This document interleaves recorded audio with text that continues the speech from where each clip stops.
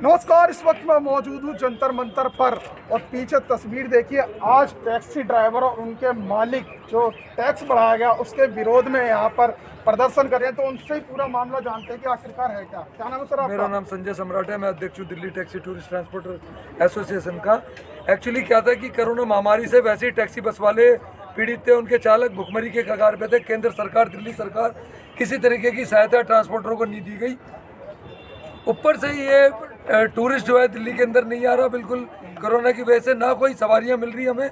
और इन्होंने कोरोना महामारी के अंदर भी इतना बड़ा तुगलकी फरमान एक तरीके से करा है जिससे टैक्सी बस वाले पूरी बर्बादी के कगार पे आ गए। उनके चालक घर बैठने की पोजीशन पे आ गए हैं कि इन्होंने एक कार का जो टैक्सी का जो टैक्स है एक मुश्त 25,000 रुपये कर दिया है। चाहे टैक्सी वो दिल्ली से बाहर जाए या ना जाए तो 25,000 रुपये देना पड़ेगा। एक बस का जो टैक्स है वो 75,000 रुपये से 3 लाख रुपये कर दिया है। अब आप वो 3 लाख रुपये कहाँ से भरेगा? अगर 20,000 का भी टूर है तो पहले उसको 3 लाख रुपये भरना पड़ेगा जब वो बस वो बाहर जाएगी। दूसरी बात यह है कि हमारी जो गाड़ी है मुश्किल से 5-6 स्टेट में जाती है, लेकिन टैक्स हमारे से 30 या 32 स्टेट का लिया जाएगा, ऑल इंडिया का लिया जाएगा। तो ये 30 स्टेटों का या 27 स्टेटों का टैक्स हम क्यों भरें, जबकि हमारी गाड़ी 25 स्टेट में, जिन स्टेटों में हमारी गाड़ी जानी है। तो सर आप लोगों को इसमें जो अब समस्या आएगी आगे चल करके और ज़्यादा, कब से ये लागू हो रहा है? सर 1 अप्रैल से। 1 अप्रैल से। अभी तक नितिन गडकरी जी से कोई बात हुई इस मुद्दे पर? सर उन्होंने हमारा लेटर कोई फेंक दिया, वापसी कर दिया कि इस काम पे मैं कोई सुनवाई नहीं करूँगा। और मुद्दे पे भी वो आश्वासन दे रहे हैं 4-5 साल से लगातार, आज तक उन्होंने कोई काम नहीं करा।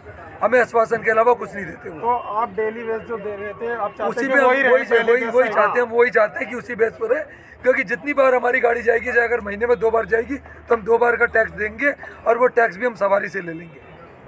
आप कह रहे जैसे अगर एक्सीडेंट हो गया आपकी गाड़ी का 2 महीने नहीं चली तो भी आपको इसमें देना पड़ेगा, टैक्स देना पड़ेगा। यही दिक्कत आ रही है, चाहे हमारा ड्राइवर है या मैकेनिकल प्रॉब्लम हो गई। बिल्कुल गलत नजायज़ है जी। 24 सीट वाले को भी ये 3 लाख टैक्स लगा रहे हैं, 50 सीट वाले को भी 3 लाख टैक्स लगा रहे हैं। तो 24 सीट वाला जो है वो 50 सीट का टैक्स क्यों भरेगा? 24 सीट की आमदनी नहीं है जो इन्होंने 3 लाख रुपए का टैक्स लगा दिया। उसी तरह कार का भी 25,000 रुपये और 9 सीटर का भी 25,000 रुपया। तो या तो पर सीट के हिसाब से करें, या जो पुराना सिस्टम इतने सालों से चलता आ रहा है वो बिल्कुल बहुत बढ़िया सिस्टम था, कोई परेशानी नहीं थी। अब इन्होंने ऑनलाइन कर दिया था, हमें गाड़ी भेजनी होती थी, हम ऑनलाइन टैक्स काटते थे, उसकी रसीद जनरेट करते थे, हम पार्टी से लेने वाले बनते थे। अभी पाजी क्या होता है, आप जैसे लेके जा रहे हो टैक्सी दूसरे स्टेट में, जो पैसेंजर बैठा हुआ है तो वो टैक्स पे करता है, लेकिन आप सालाना जब 25,000 दोगे तो आप लोग पैसेंजर से कैसे लोगे? उसमें आपको पे करना है। ले ही नहीं सकते, वो तो हमारी जेब सीधा कटेगी। हमसे ले ही, हम कैसे लेंगे? वो कहेंगे जी रसीद दिखाओ, हम 25,000 रुपए की रसीद दिखाएंगे, वो कहेंगे 25,000 रुपए तो 1 साल का, मैं 2 दिन के लिए गाड़ी हायर कर रहा हूँ, मैं क्यों दूं टैक्स? और रोज डीजल महंगा होता जा रहा है, रोज इनके नॉर्म्स बढ़ते जा रहे हैं। एक पैनिक बटन इन्होंने लगाया हुआ है जिसका कोई यूज ही नहीं है। हर 2 साल बाद 10,000 रुपया पैनिक बटन का ले लेते हैं। स्पीड गवर्नर 80 किलोमीटर की इन्होंने लिमिट लगाई हुई है। आगरा एक्सप्रेस वे पे 80 किलोमीटर पे गाड़ी चलती है, पार्टी उतर जाती है कि हम जाएंगे नहीं 80 किलोमीटर पे। तो ये निरा नजायज़ है। ये सिर्फ नंबर 2 का काम चलाना चाहते हैं या बड़ी कंपनियों को काम देना चाहते हैं, छोटी कंपनियों को खत्म करना चाहते हैं। इनसे एक बार और सर नमस्कार, मेरा नाम कमलजीत गिल है। सर हमें किराया दिया जाता है 6 रुपये किलोमीटर ओला उबर के अंदर।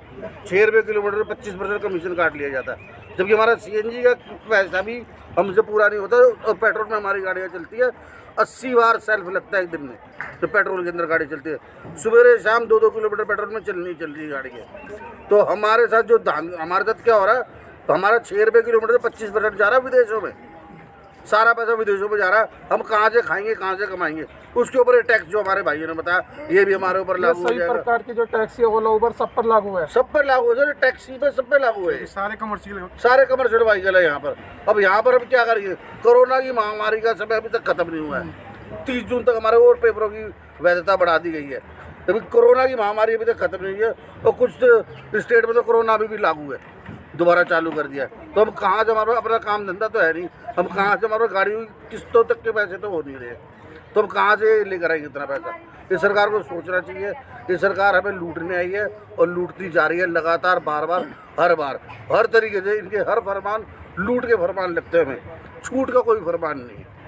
अब ये देखिए ना, ये सर हम चाहते हैं ये डेली बेस पे ये टैक्स करा जाए, जिससे हम रसीद भी ले सकें और हमें रसीद भी दी जाए भारत सरकार की तरफ से कि केंद्र सरकार का जो परिवहन मंत्रालय है उसका टैक्स की रसीद दे और डेली बेस पे हो, जिससे वो हम जो टैक्स का पैसा है अपने क्लाइंट से ले सकें। ये हमारी मांग रहेगी। ये तो हमारे ऊपर गिर रहा है वो।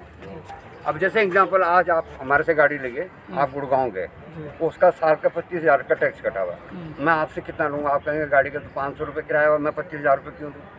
और मेरी एक ही ड्यूटी आई, कोरोना काल में मान लो 2 ड्यूटी आ गई, मैं कैसे चार्ज करूँगा आपसे? तो ये पैसेंजर के साथ भी कहीं ना कहीं आप जो अभी जो पर डे आप गुड़गांव गए 100 रुपये टैक्स लगेगा, आप दे दोगे, आपको हम रसीद दे रहे हैं, आपको कोई दिक्कत नहीं। मैं कहूँगा नहीं जी 5,000 रुपये लगेगा, गाड़ी का तो किराया बना 500 रुपया, टैक्स का ले रहा हूँ मैं आपसे 5,000 रुपये, आप देंगे? तो आप कह रहे हैं सीधा पैसेंजर को ही परेशानी होने वाली है अब इस विषय? ये हमको क्योंकि मैं आपसे कैसे लूँगा? मैं आपसे 10,000 कैसे लूँगा? गाड़ी का किराया दिया 500 रुपया और टैक्स का मैं मांग रहा हूँ आपसे 10,000 रुपया, आप दोगे? नहीं दोगे। ये एक तरीके से पैसेंजर और गाड़ी वालों का झगड़ा कराने की एक साजिश भारत सरकार ने कर दी है कि ट्रांसपोर्टर और जो भारत की जनता है वो आपस में सिर फोड़ाई कराए। ये हालात भारत सरकार ने हमारे लिए पैदा कर। सर जो ये नया टैक्स सिस्टम लागू होने जा रहा है 1 तारीख से, अभी क्या था कि डेली बेस पे आप लोग टैक्स देते थे, अब आप लोगों के लिए क्या है सालाना फिक्स कर दिया गया है कि जो है कार को लेकर के 25,000 रुपये और आप कह रहे हो बस को लेकर के सालाना 3 लाख रुपए तक देने पड़ सकते हैं।